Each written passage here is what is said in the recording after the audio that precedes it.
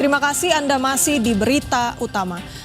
Di balik tembok Keraton Surakarta yang anggun dan syarat dengan tradisi, ada bara, perebutan tahta.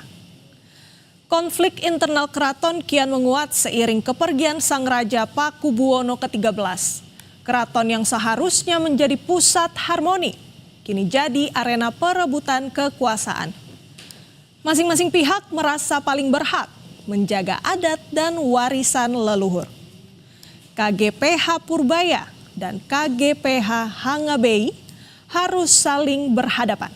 Keduanya mengklaim berhak mewarisi tahta sang ayah.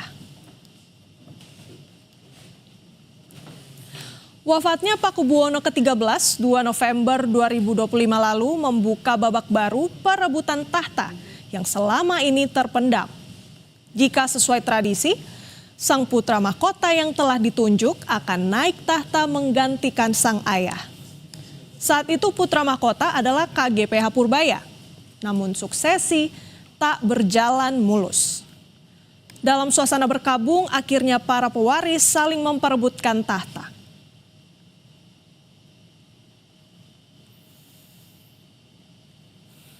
Di depan jenazah sang ayah, Pakubuwono ke-13, Purbaya berikrar. Ia menyatakan diri naik tahta menjadi Raja Keraton Surakarta dengan gelar Pakubuwono ke-14.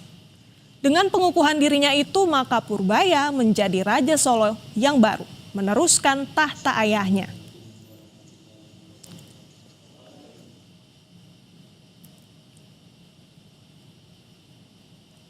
Sementara itu dalam rembuk keluarga Keraton Kasunanan Surakarta, giliran KGPH Hangabei berikrar sebagai penerus tahta Keraton Surakarta dengan gelar Pakubuwono ke-14. Prosesi penobatan berlangsung di Sasana Handrawina Keraton Surakarta. Dihadiri KGPA Tejo Wulan, putra-putri almarhum Pakubuwono ke-12 dan ke-13, para Sentono Dalem, serta abdi dalem.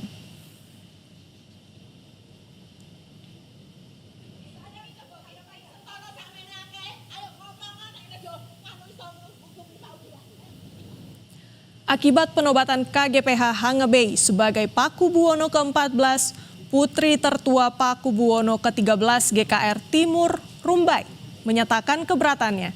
Ia menilai penobatan Hangabei bertentangan dengan komunikasi internal keluarga keraton.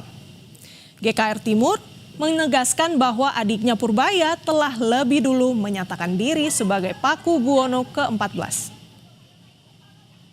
Sedih saja Gusti Mangkubumi bisa berkhianat dengan kami putra-putri, kakak-kakak dan adik-adiknya. Itu saja yang saya sesalkan. Kepemimpinan di Keraton Solo sendiri nanti seperti apa? Saya belum bisa menjawab. Pokoknya sabar dulu, tak support dan doanya. Yang penting kelangsungan keraton berjalan lebih baik untuk ke depan. Ya. Meski ada ribut-ribut saling klaim tahta, Keraton Solo tetap menggelar jumenengan atau upacara naik tahtanya Gusti Purbaya sebagai Pakubuwono ke-14. Sabda dalem yang diucapkan Purbaya jadi penanda Keraton Kasunanan Surakarta telah memiliki penguasa baru. Sang raja kemudian dikirap berkeliling dari Siti Hinggil hingga alun-alun.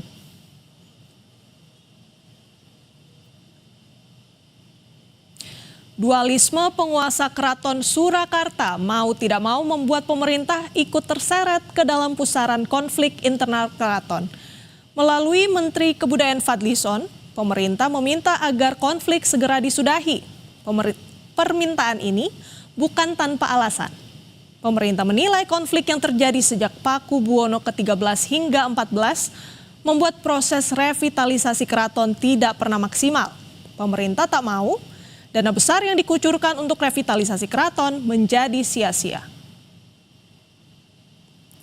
Upaya meredam konflik internal keraton juga tampak saat Wakil Presiden Gibran Rakabuming Raka berkunjung ke Solo. Gibran mengajak sejumlah tokoh termasuk Purbaya dan Hangabei untuk menikmati sate kambing bersama. Dalam pertemuan itu dibicarakan beragam hal, termasuk isu terkini. Gibran juga meminta pemerintah Kota Solo terus menjaga situasi agar tetap kondusif. Pak Wali, Gusti Bei, Gusti Purboyo, Gusti Tejo Wulan semua. Lalu tadi kita makan sate, makan tongseng sebentar sambil membicarakan kondisi Kota Solo dan juga keraton. Dan ya kami titip ke Pak Wali, mohon selalu dijaga kondusivitasnya.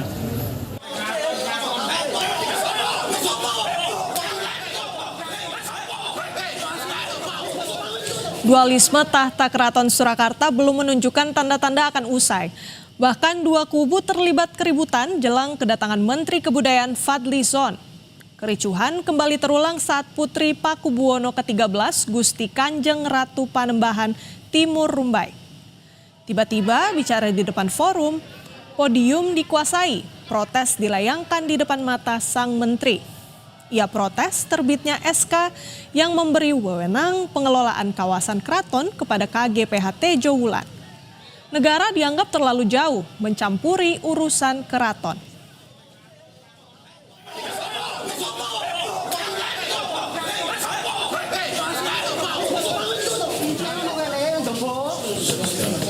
Pelaksananya beliau, pelaksananya Panembahan Agung Tejo Wulan. Nanti beliau akan mengundang kalau terkait dengan musyawarah mufakat, itu beliau yang akan mengundang. Supaya kalau kita menghibahkan ada dana gitu kan kepada siapa? Kalau enggak nanti nggak akan ada dukungan bantuan, nanti pemerintah juga yang disalahkan, dianggap negara tidak hadir. Untuk keberatan kami diadakannya acara tersebut karena kami melihat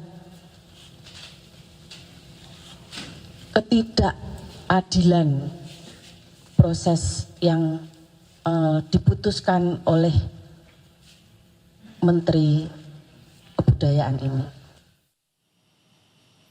Di tengah panasnya konflik internal keraton, keluarga Pakubuwono ke-14 Gusti Purbaya menemui Wakil Ketua DPR fraksi Partai Gerindra, Sufmi Dasko Ahmad, di Kompleks Parlemen Senayan, Jakarta. Pihak keluarga mengaku pertemuan itu sebagai silaturahmi. Namun pihak Purbaya tak membantah sempat ada pembicaraan soal dualisme tahta yang terjadi di Keraton Solo.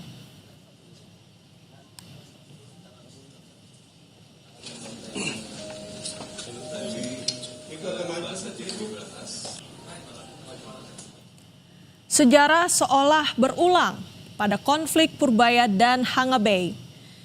22 tahun lalu, konflik serupa juga terjadi pada sang ayah Pakubuwono ke-13 dengan Tejo Wulan. Keduanya saling klaim mewarisi tahta. Dan kini sosok KGPH Tejo Wulan muncul lagi dalam konflik kekuasaan.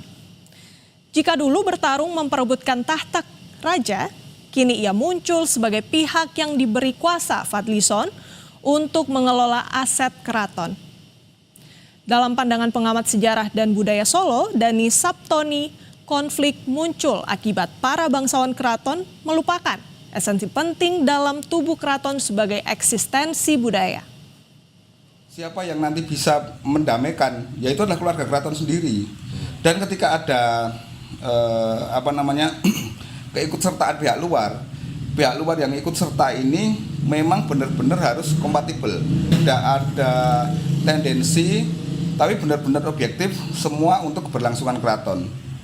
Nah, ini saya rasa yang mungkin harus kita kembalikan pada kedudukan yang sesuai, di mana konsep Jawa itu tidak mengenal hanya satu kebenaran.